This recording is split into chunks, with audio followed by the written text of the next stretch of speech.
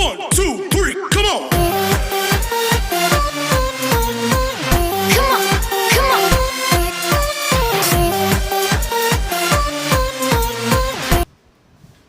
नमस्कार दोस्तों, उत्पत्ति के आधार पर शब्द भेद लेकर आपके सम्मुख पुनः उपस्थित हुआ हूं।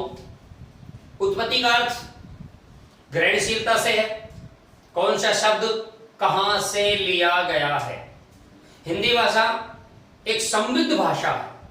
इसमें ग्रहणशीलता का गुण होने से यह उत्तरोत्तर विकास करने की ओर बढ़ रही है, प्रगति की ओर बढ़ रही है, एक भाषा के रूप में और ज्यादा समृद्ध होती जा रही है।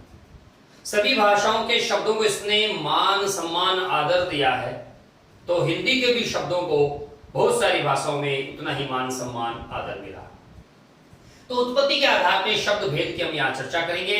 आप मेरे YouTube चैनल बजरंगलाल सैनी गुरु को सब्सक्राइब कीजिए, लाइक कीजिए, शेयर कीजिए, अधिकाधिक अपने मित्रों को भी इसका लाभ उठाने के लिए प्रेरित कीजिए। तो प्रस्तुत है उत्पत्ति के आधार पर शब्द भेद। तो सबसे पहले हम उत्पत्ति की चर्चा कर लेते हैं। उत्पत्ति वास्तव में क्या है? दो शब्द होते हैं, एक का नाम है व्युत्पत्ति और एक का नाम है उत्पत्ति। व्युत्पत्ति का मतलब होता है रचना, रचना का मतलब हो गया निर्माण, जिसकी हमने पिछले वीडियो में चर्चा की थी कि व्युत्पत्ति यानी रचना यानी निर्माण के आधार पर शब्द तीन प्रकार के, मूल शब्द जिनको रूढ़ शब्द कहा गया, बने हुए शब्द जिनको यौगिक शब्द कहा गया, और वे यौगिक जिनका अर्थ किसी अर्थ विशेष में रूढ़ हो गया हो, निश्चित हो गया हो, मर्यादित हो गया हो, संकुचित हो गया हो, वो योग रूढ़ शब्द है। आज हम इस वीडियो में चर्चा कर रहे हैं उत्पत्ति यानी ग्रहणशीलता के आधार पर शब्दों का भेद वर्गीकरण। तो उत्पत्ति यानी ग्रहणशीलता के आधार पर शब्दों को मुख्यतः चार भागों में बांटा जाता है। पहला तत्सम, दूसरा तदभव, तीसरा देशज, चौथा आगत। आगत को विदेशज भी कहते हैं। और देखिए कुछ विद्वान इसमें एक भेद और मानते हैं संकर शब्दों का। तो संकर शब्द हम पांचवें रूप में न पढ़कर पृथक से उसका पाठन करेंगे, अध्ययन करेंगे। तो सबसे पहले बात आती है तत्सम की। तो मित्रों कई बार ऐसा प्रश्न पूछ लिया जाता है कि तत्सम शब्द में तत् शब्द किसके लिए आया है? सेकंड ग्रेड परीक्षा में भी यह प्रश्न पूछा जा चुका है, कितना महत्वपूर्ण है कि तत्सम शब्द में तत् शब्द किसके लिए आया है। तो तत् का अर्थ होता है संस्कृत भाषा में उसका, उसकी, उसके, और सम का अर्थ होता है समान। अब उसका, उसकी, उसके, किसका, किसकी, किसके, किसके समान? संस्कृत के समान।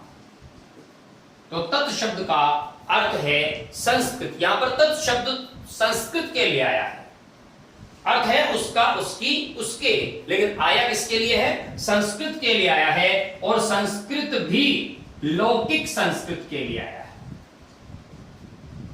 तो ये आप स्मरण रखिएगा कि तत् शब्द का प्रयोग किसके लिए हुआ है? लौकिक संस्कृत के लिए हुआ है। तो सम यानी समान, लौकिक संस्कृत के समान। तो तत्सम शब्द का मतलब हो गया लौकिक संस्कृत के शब्द, लौकिक संस्कृत के वे शब्द जिनका प्रयोग हिंदी में किया जाता है या हिंदी भाषा में होता है। तत्सम शब्द कहलाते हैं।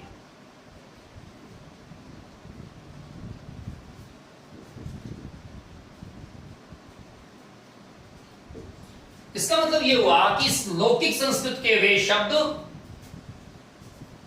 जिनका प्रयोग हिंदी भाषा में होता है, किया जाता है, उन तत्सम शब्द, उन शब्दों को हम तत्सम शब्द कहते हैं। अब तत्सम शब्द कौन कौन से हैं? तो स्वाभाविक सी बात है कि लौकिक संस्कृत की जब हम बात करेंगे तो वो तत्सम शब्द हैं। अब कई बार ये समस्या होती है कि साहब तत्सम शब्द हम कैसे पहचाने, हमें तो 4 शब्द दिए, सारे एक जैसे लगते हैं, आज तक हमने यही पढ़े हैं, इनमें कौन सा क्या है। तो उसके लिए मैं आपको बताऊं, जब आप संधि नाम का एक चैप्टर पढ़ते हैं तो संधि जब आप पढ़ते हैं तो संधि को आप स्मरण कीजिएगा, जितने उसमें उदाहरण प्रयुक्त हुए हैं 100% तत्सम है, 100% तत्सम है।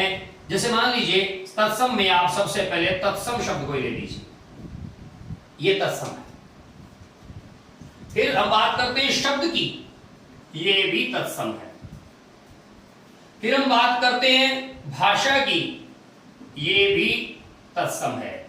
लौकिक, ये भी तत्सम है। वैदिक, वेद, विद, ज्ञान, त्रास, संकट, कृपा, कृपण, कृपाण, कर्ण,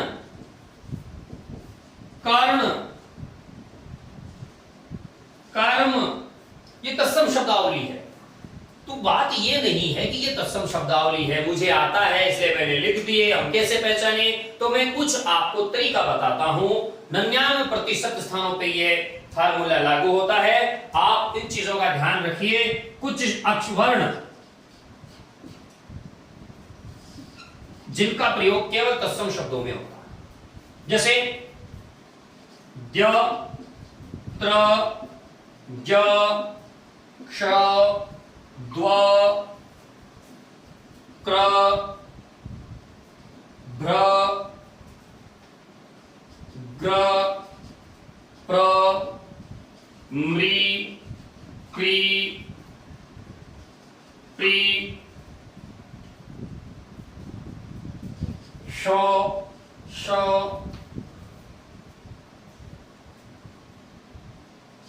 स, द, इक प्रत्यय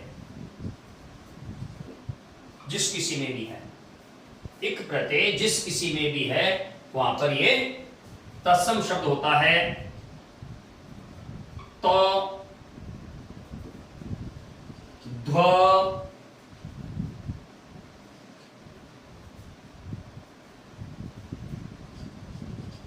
धिक,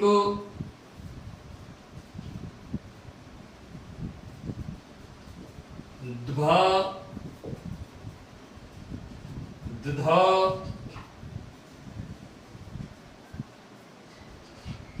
ये ऊपर जो रह आता है, ये ऊपर रह केवल केवल और केवल तत्सम शब्दों में आता है और किसी में नहीं आता है।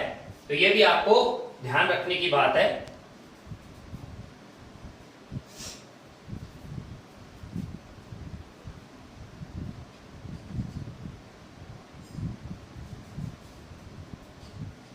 क, क्री,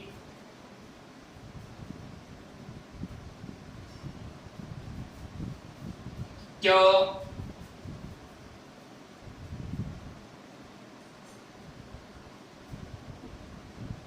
इमा, ल्यो, न्य,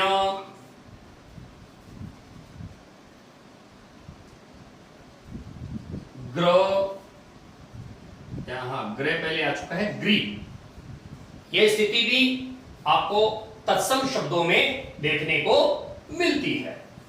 और भी बहुत सारे हैं, मान,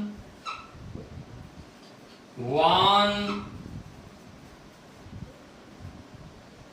इम, त्य,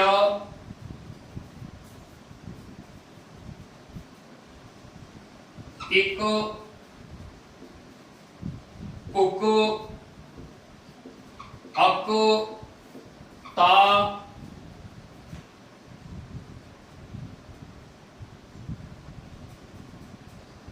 अन,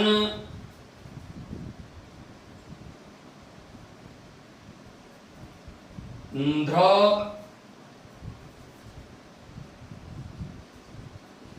आदि। इन वर्णों से निर्मित शब्द अगर आता है आप पूरे कहीं पर भी किसी भी शब्द में, तो उसके तत्सम शब्द होने के प्रतिशत 99.99% है। विद्यालय हो, द्युति हो, ऐसा कोई भी शब्द हो, त्रास हो, त्रस्त हो, सर्वत्र हो, अपरत्र हो, ऐसे ही विसर्ग किसी भी शब्द में आ जाए तो वह 100% तत्सम है। तो ये तत्सम शब्दों की पहचान है। जैसे मान लीजिए ये स है, कुत्सा, विभत्स, तो स ये तत्सम शब्दों में आता है। अब्द, शब्द, शताब्दी, सहस्राब्दी, ऐसे शब्दों का प्रयोग होता है। एक प्रत्यय की जब आप बात करते हैं, लौकिक, वैदिक, सांसारिक, सामाजिक, ऐतिहासिक, प्रागैतिहासिक ऐसे शब्दों का प्रयोग हम करते हैं। तो किसी भी इनसे निर्मित कोई भी शब्द होता है, जैसे द्व है, द्व से ध्वनि बन जाता है, ध्वन्यात्मक बन जाता है, तो ऐसे शब्दों का प्रयोग हम करते हैं। तो इनसे निर्मित शब्द, तत्सम शब्द, हम आसानी से उसकी पहचान कर सकते हैं। अब दूसरे नंबर पे आता है तद्भव शब्द। तद्भव शब्द कौन कौन से हैं उसकी हम चर्चा करते हैं। तद्भव शब्द उसके जैसा या उससे बना, भव यानी होना, बनना, उससे बना, किससे बना, तो इसको हम यूं कह सकते हैं, संस्कृत के विकृत शब्दों को तद्भव शब्द कहते हैं।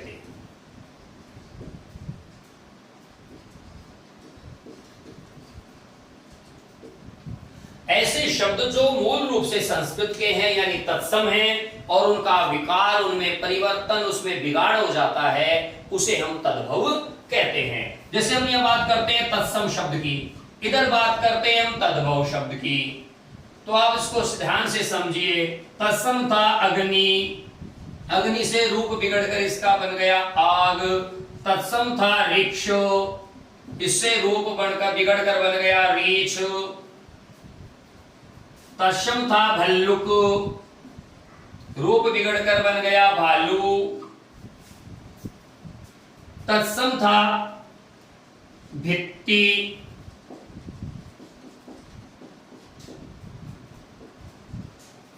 रूप बिगड़कर बना इसका भीत।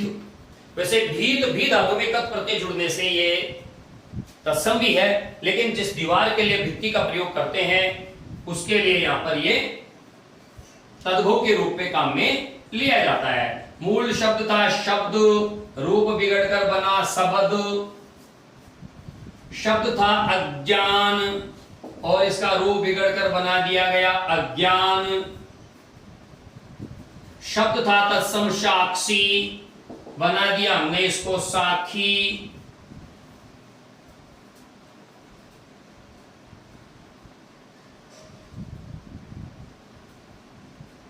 तो ऐसे शब्द जो तत्सम थे और उनसे हमने उसका रूप, जैसे विकृत शब्द की बात करें, या अगर हम विकृत शब्द को रखते हैं तो इसका तद्भव रूप हो गया बिगड़, विकार का हो गया बिगाड़।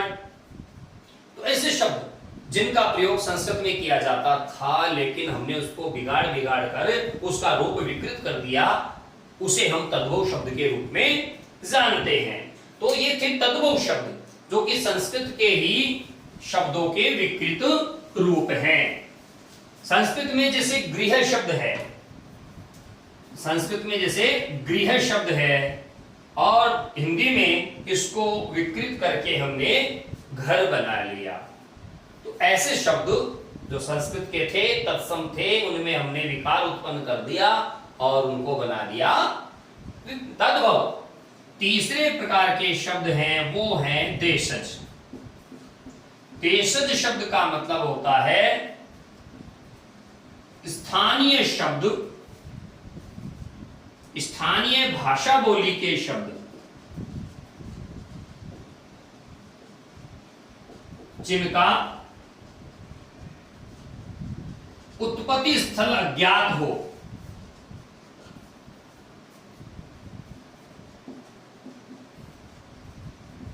देशज शब्द कहलाते हैं। देशज शब्द कहलाते हैं।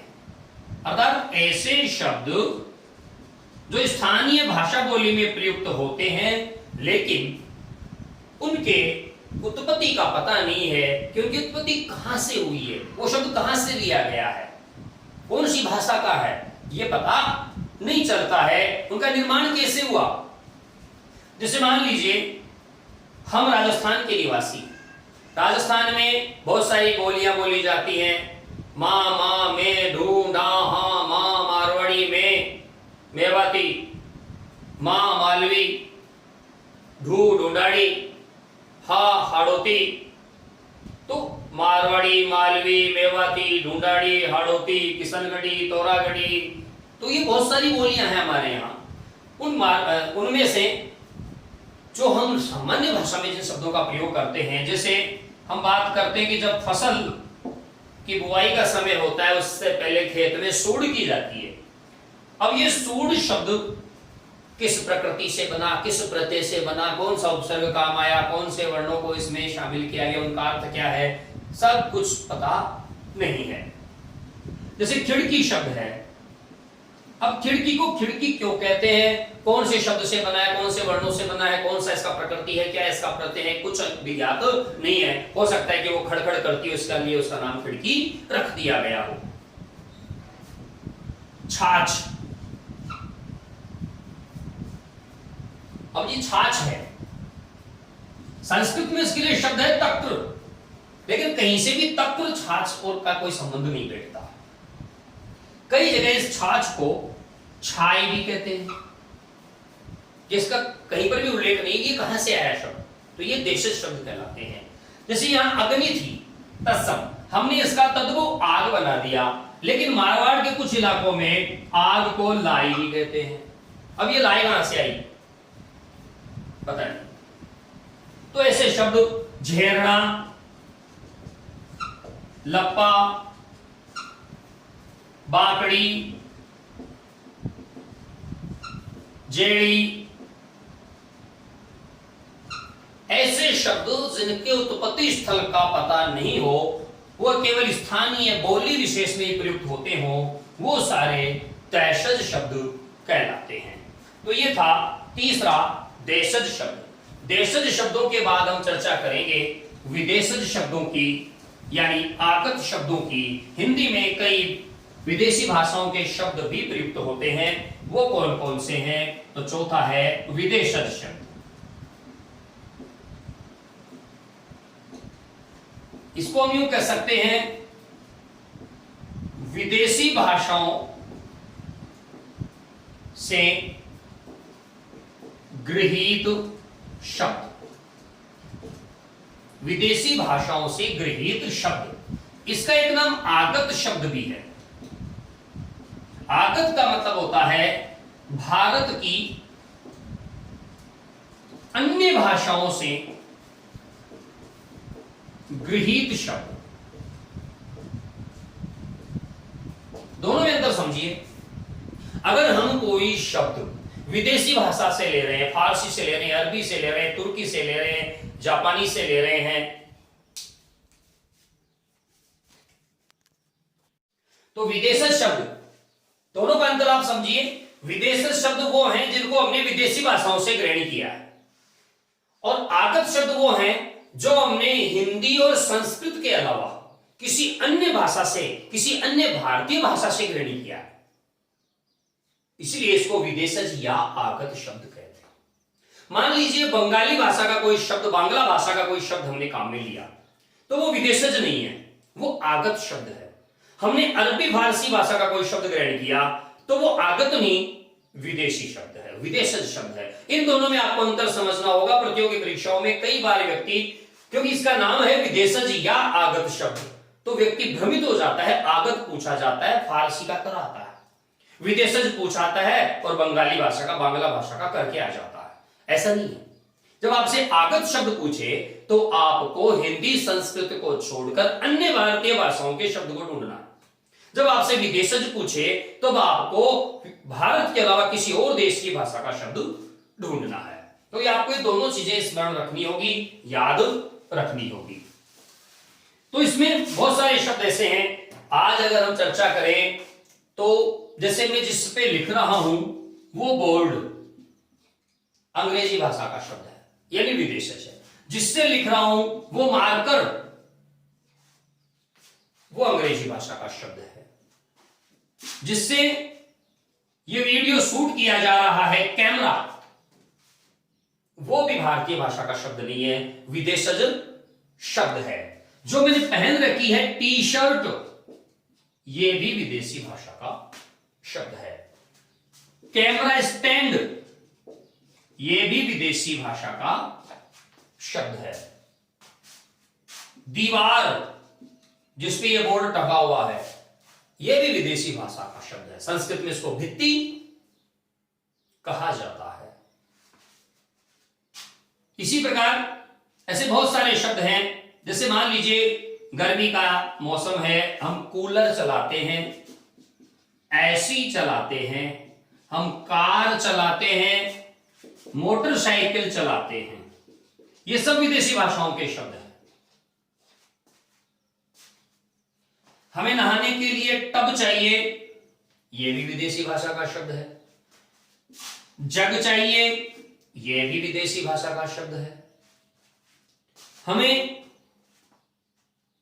कालीन चाहिए बैठने के लिए, यह भी विदेशी भाषा का शब्द है। कहीं भी हम अछूते नहीं है। तो विदेशी भाषाओं के शब्दों को हमें ध्यान रखना है। जैसे मोटर या रेल या ट्रेन या बस, ये सारे विदेशी शब्द हैं। तो हमें ये ध्यान रखना है कि विदेशज में और आगत में, ये सारे विदेशज हैं अब तक। अब आगत की थोड़ी सी चर्चा कर लेते हैं। जैसे डाक, डाक बांग्ला भाषा का शब्द है, और बांग्ला भाषा हमारे पश्चिम बंगाल की भाषा है। बंगाल की भाषा है। पश्चिम और पूर्वी बंगाल तो अंग्रेजों के दुष्चक्रों की वजह से अलग हो गए हमसे। पहले ये बंगाल था, लॉर्ड कर्जन ने इसका विभाजन करके पूर्व पश्चिम दो भागों में बांटा। पश्चिमी बंगाल हमारे पास रहा, पूर्वी बंगाल पाकिस्तान को मिला, जो 1971 में माननीय इंदिरा गांधी जी ने उसको आजाद कराया, जो वर्तमान में बांग्लादेश के नाम से जाना जाता है। तो वो बांग्ला भाषा भारतीय भाषा ही थी, इसलिए ये आगत भाषा। डाक का मतलब होता है बुलावा। मुझे अच्छी तरह याद है रविंद्रनाथ टैगोर की वो पंक्ति कि जब कोई तुम्हारी डाक सुनकर यानी बुलावा सुनकर कोई नहीं आए, तबे एकला चलो रे, एकला चलो रे, एकला चलो रे। तो ये जो शब्द हैं इनको हमें स्मरण रखना। उत्तपम,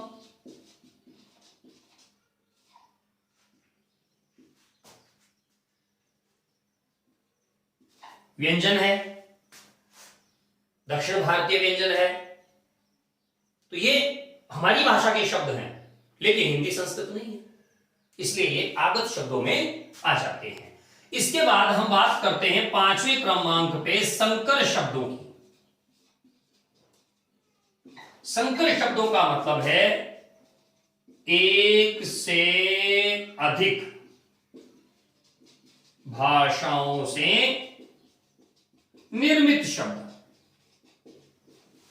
ऐसे शब्द जिनका निर्माण एक से अधिक भाषाओं से हुआ। हाइब्रिड, अंग्रेजी में एक शब्द है हाइब्रिड। हाइब्रिड का मतलब दो अलग अलग नस्ल या दो अलग अलग किस्म मिलकर जब कोई एक बनती है उसे हाइब्रिड कहते हैं, उसे संकर कहते हैं। हिंदी में उसको वर्ण संकर कहते हैं। तो हाइब्रिड शब्द देखिए कौन कौन से हैं। जैसे ये डाक है, आप भी जानते हैं, मैं भी जानता हूं कि ये बांग्ला भाषा का शब्द है, लेकिन अगर इसमें बंगला जोड़ दिया जाए, बांग्ला नहीं बंगला, तो शब्द हो गया डाक बंगला। बंगला शब्द बैंगलो, जो कि अंग्रेजी भाषा का शब्द बैंगलो, उसका विकृत रूप है। तो ये दो भाषाओं का शब्द हो गया, नाम हो गया डाक बंगला। जैसे ये रेल है,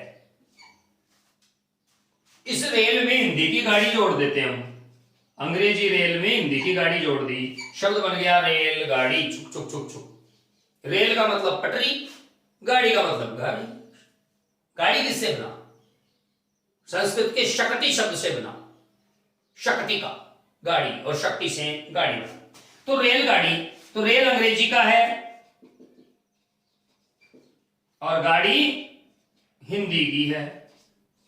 डाक बांग्ला का है और घर हिंदी का है। टिकट और घर हिंदी का है। टिकट अंग्रेजी की है, घर हिंदी का है। तो ये जो शब्द हैं जो अलग अलग भाषाओं से निर्मित होते हैं, ये संकर शब्द कहलाते हैं। तो आपको हमें इस चीज को ध्यान में रखते हुए उत्पत्ति के आधार पे शब्दों का बड़ी सावधानी से चयन करना है। इस वीडियो में बस इतना ही। अगले वीडियो में हम किसी अन्य बिंदु के साथ फिर से हाजिर होंगे। तब तक के लिए नमस्कार। उससे पहले मैं आपको छोटी सी सूचना देता हूं कि रविवार को हिंदी शिक्षण विधियों से संबंधित श्रृंखला शुरू की जाएगी। रविवार से हिंदी शिक्षण विधियों से संबंधित वीडियो की श्रृंखला शुरू की जाएगी। आप तैयार रहिए अगले वीडियो में फिर से मुझे पढ़ने के लिए। तब तक के लिए नमस्कार। जय हिंद, जय भारत।